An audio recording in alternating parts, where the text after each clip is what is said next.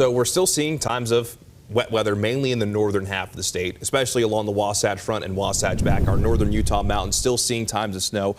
More so in the way of isolated activity as you find your way over into eastern Utah, but the Uinta Basin still seeing times of snow.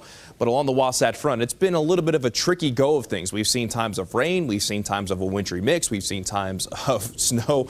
So just be careful as you get ready to hit the road. But once you start to get up into the higher terrain, that's when it becomes straight snow, some slushy conditions to be had.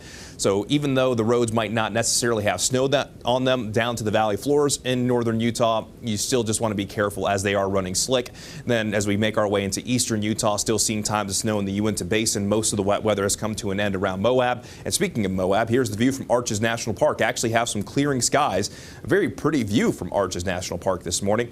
Our temperatures really are starting off on the chilly side of things, but it's not too cold. It's 35 in Logan, 32 in Heber City, 35 in Salt Lake, 34 in Provo, and we're at 37 degrees in St. George. But as we make our way up into the mountains in northern Utah, you see straight snow, and that's exactly what we have at Deer Valley. Kind of hard to see down into the distance, and Deer Valley has picked up 35 inches of snow within the last 48 hours. So we have picked up more in the way of healthy snow, and you absolutely love to see it. And here's a look at some of those snowfall totals for several of our resorts.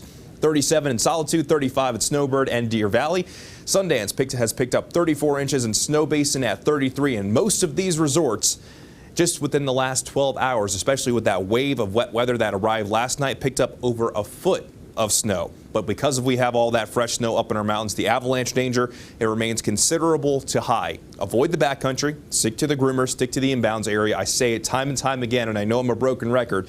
Plenty of fresh snow for everybody to enjoy. Just don't want to mess around with that avalanche risk.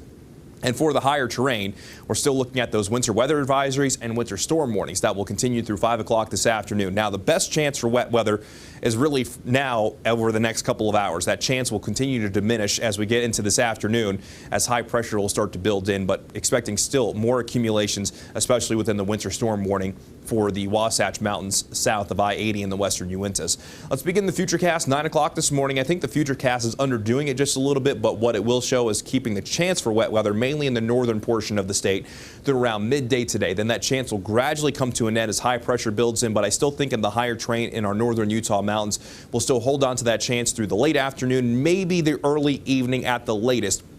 But with that high pressure taking control, we'll be looking at calm skies really tonight across the state. But in northeast Nevada, we could see a little bit of moisture sneak its way in during the overnight hours coming in from California. But with high pressure over Utah, that moisture is not going to be able to find its way into Utah. And then Thursday into Friday, dry skies.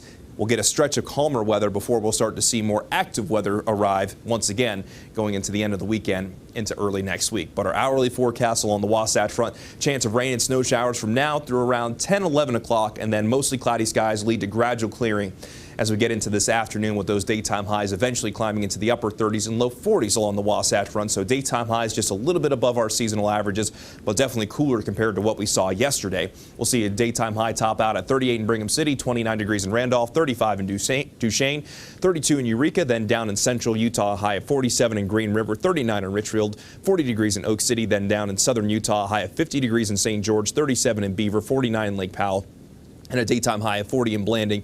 And down in southern Utah, we'll definitely see that sunshine break through quicker, and we're even getting pretty nice sunrises out there this morning. In St. George, that slight AM chance really comes to an end within the next couple of hours. Then we're dry skies Thursday, Friday into Saturday, daytime highs in the 50s. But from Sunday, Monday into Tuesday, temperatures will start to go on a downward trend as that chance for wet weather ramps back up. Then along the Wasatch Front, chance of rain and snow showers during the first half of today, clearing in the afternoon. Then daytime highs will be in the 40s with dry skies Thursday, Friday into Saturday. But the chance of rain and snow does return to the forecast Sunday into Monday and Tuesday of next week.